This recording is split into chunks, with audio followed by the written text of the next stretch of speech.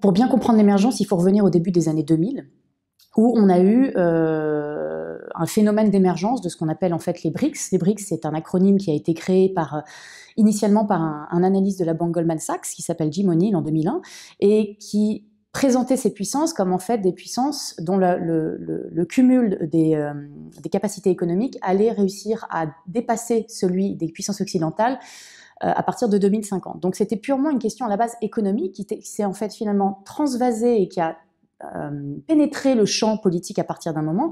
où ces puissances en fait émergentes se sont rendues compte que leur poids économique pouvait être également un atout sur la scène politique et ont cherché à transformer en poids politique en fait ce poids économique nouvellement acquis. Donc c'est une émergence politique, donc progressive, qui s'est accompagnée d'un concert de contestation en fait, qui est venu questionner l'ordre libéral et le système de valeurs et le système normatif tel que mis en place par les États-Unis depuis la fin du bloc soviétique et la fin de la guerre froide pendant les années 90. Et donc ces puissances-là sont venues progressivement questionner, en tout cas voilà, interroger cet ordre-là, avec un concert en fait de contestation plus ou moins frontale et surtout une volonté de à la fois obtenir une redistribution matérielle, à savoir plus de représentativité dans les organisations multinationales, etc. Et également une question de reconnaissance. Donc vraiment une reconnaissance de leur nouveau statut, de leur nouveau pouvoir, de leur nouvelle puissance, de leur nouvelle place dans cet ordre mondial.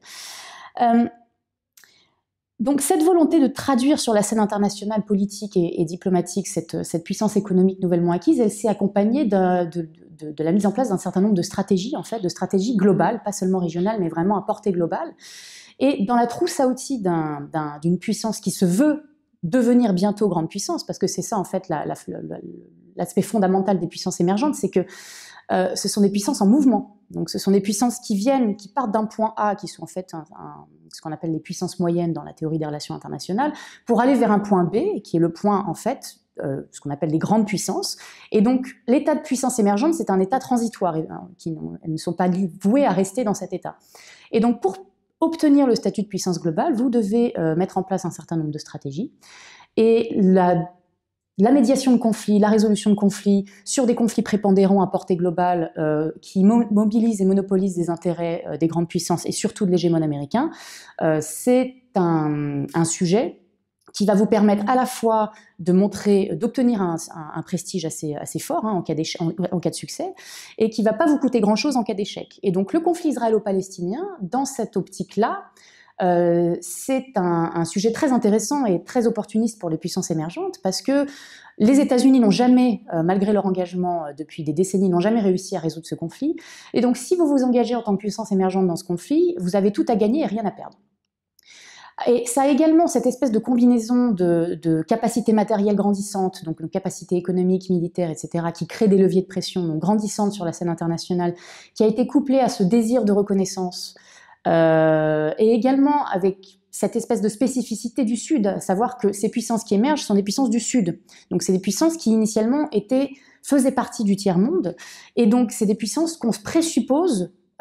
différentes de celles du Nord, avec un système de valeurs différent de celui du Nord, avec des préférences, des stratégies, une vision de la résolution du conflit différente des puissances du Nord. Et donc ça a suscité un certain espoir en fait, en se disant bon, qu'est-ce que ces puissances peuvent apporter? Est-ce qu'elles veulent déjà apporter quelque chose dans ce conflit? Est-ce qu'elles peuvent apporter quelque chose dans ce conflit? C'est-à-dire que c'est quand même un processus extrêmement verrouillé par les États-Unis.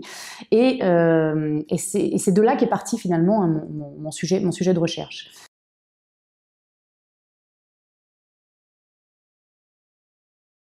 Effectivement eu un certain nombre de tentatives, ou de non-tentatives d'ailleurs, d'intervention dans ce conflit, de la part de l'Afrique du Sud, de la part du Brésil,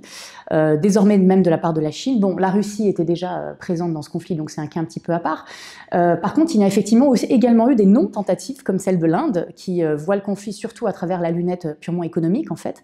Mais les deux points fondamentaux sur lesquels on peut vraiment se focaliser, c'est d'abord l'échec palestinien à comprendre ce glissement de puissance sur la scène internationale, et à anticiper et à utiliser, à optimiser ce glissement de puissance à son avantage. À savoir que c'est des puissances, donc, encore une fois, qui viennent du Sud, et donc qu'on considère comme des puissances un peu acquises à la cause palestinienne, puisque c'est des puissances issues du tiers-monde et donc du mouvement des non-alignés, avec une rhétorique anti-impérialiste, une rhétorique anticoloniale. Et donc c'est des puissances qui étaient finalement facilement mobilisables par la diplomatie palestinienne pour soutenir sa cause, notamment dans sa stratégie de multipolarisation et de retour aux institutions internationales qui a été initiée dès les années 2009-2010, surtout 2011-2012. Malheureusement, ce qui s'est passé, c'est qu'en fait, on s'est rendu compte que la Palestine a très très mal compris et anticipé ce glissement, et a surtout révélé ce que j'appelle les œillères occidentalocentrées, les œillères occidentales, à savoir que la Palestine a complètement normalisé l'hégémonie américaine sur le processus de paix, a complètement normalisé le discours paralysant et clivant américain, à savoir qu'il n'y a pas d'autre alternative que les États-Unis pour réussir à résoudre ce conflit. Et en fait, on s'est rendu compte que c'est un discours qui a pénétré très très très profondément la diplomatie palestinienne, au point de lui mettre des œillères et de ne pas lui faire comprendre que, vraiment ne pas lui faire réaliser l'importance de ce qui se passait sur la scène internationale à ce moment-là. Alors que, de son côté, Israël a tout de suite compris et a tout de suite mis en branle son appareil diplomatique pour pouvoir réussir à capitaliser sur ce glissement de puissance qu'elle a très très rapidement compris, en lançant une stratégie diplomatique progressive mais relativement efficace, basée en tout cas sur des principes de diplomatie économique, consistant à développer des accords bilatéraux avec beaucoup de pays d'Afrique, avec les puissances émergentes, mais effectivement pas seulement les puissances émergentes, mais tout le reste de ce qu'on appelait le tiers-monde à l'époque de la guerre froide. Et c'est une stratégie qui a payé, étant donné qu'on a effectivement eu des changements de vote et de comportement de vote dans les institutions multilatérales, car en fait la stratégie israélienne est organisée en deux points, à savoir on vous apporte une expertise, on vous apporte un développement économique, une coopération économique, une expertise en sécurité, en renseignement, en agriculture, en gestion de l'eau, etc. Par contre, en échange, vous nous soutenez à l'ONU et vous changez votre vote dans les arènes multilatérales. Et on s'est rendu compte que ça a commencé à effectivement être le cas, et le tabou finalement, qui était un tabou très très présent pendant la guerre froide avec le mouvement des non-alignés et le discours impérialiste, ce tabou est tombé et le discours anti-impérialiste et de non-alignés a finalement commencé à s'émousser pour laisser place à ce qu'on appelle une réelle politique, donc une diplomatie économique très opportuniste,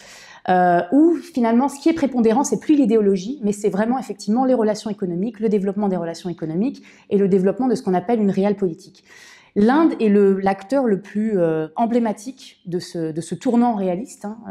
on appelle ça de cette manière,